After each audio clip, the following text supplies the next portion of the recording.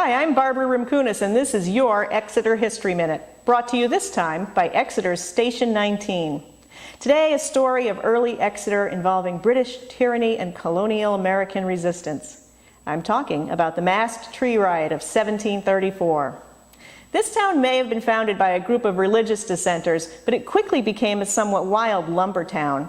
We have an image of early New England as settlements of sturdy, independent yeoman farmers, but in reality, our soil's kind of rocky and hard to farm. And first you have to clear out all the trees. And did we ever have trees? Exeter was densely forested with towering white pines, maybe something like this one, only there were a lot more of them.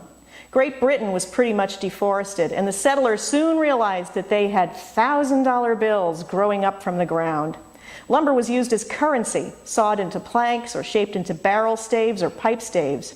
The biggest, tallest pines were reserved for use as masts in the King's Navy. They were marked by the Surveyor General with a broad arrow mark.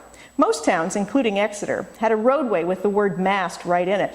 Today's Park Street used to be called Mast Way.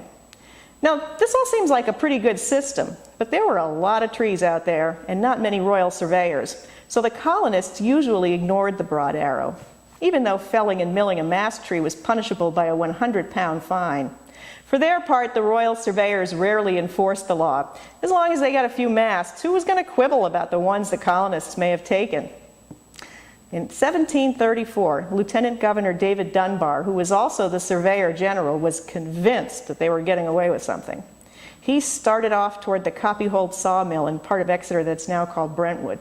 Local lumbermen caught wind of his plans and greeted him with shouting and gunfire, enough to scare him off. Dunbar made a hasty retreat to Portsmouth and fumed. He decided to hire some local thugs to deal with the rowdies. 10 Portsmouth men, let's call them a gang just to make this more interesting, sailed up the Squamscott River to Exeter on the evening of April 23rd. They settled themselves into Samuel Gilman's Tavern on Water Street. We don't have a picture of it because it's been gone for centuries. It was over by Center Street. Gilman tried to get rid of them by spinning wild stories about Exeter's own group of thugs. Let's call them a gang as well. Gilman thought he was bluffing, but the men in Exeter actually formed a gang that night. They met at the Giddings Tavern about a half a mile from Gilman Tavern.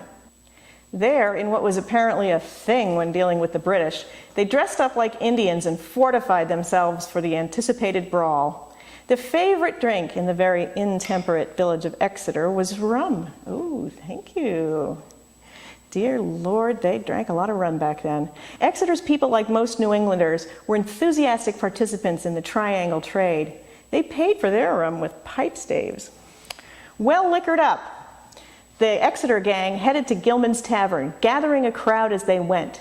They burst into the tavern, terrifying the already frightened and equally intoxicated Portsmouth gang, and according to the deposition taken the next day, put out their candles and did then and there beat us and dragged us about, and at length got us to the head of the chamber stairs and pulled us down, one over another, headlong, till they got us to the door and pulled us out, and with a club did knock him to the ground. You get the picture.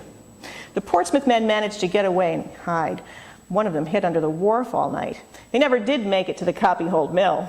The King's agents decided it was wiser to go back to the old system of salutary neglect. There were mast wars all over the Northeast. Exeter's Mast Tree Riot was one of many, but it fueled resentment.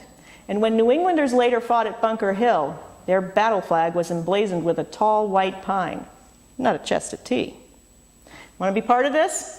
Join the Exeter Historical Society. Membership information can be found on our website at www.exeterhistory.org.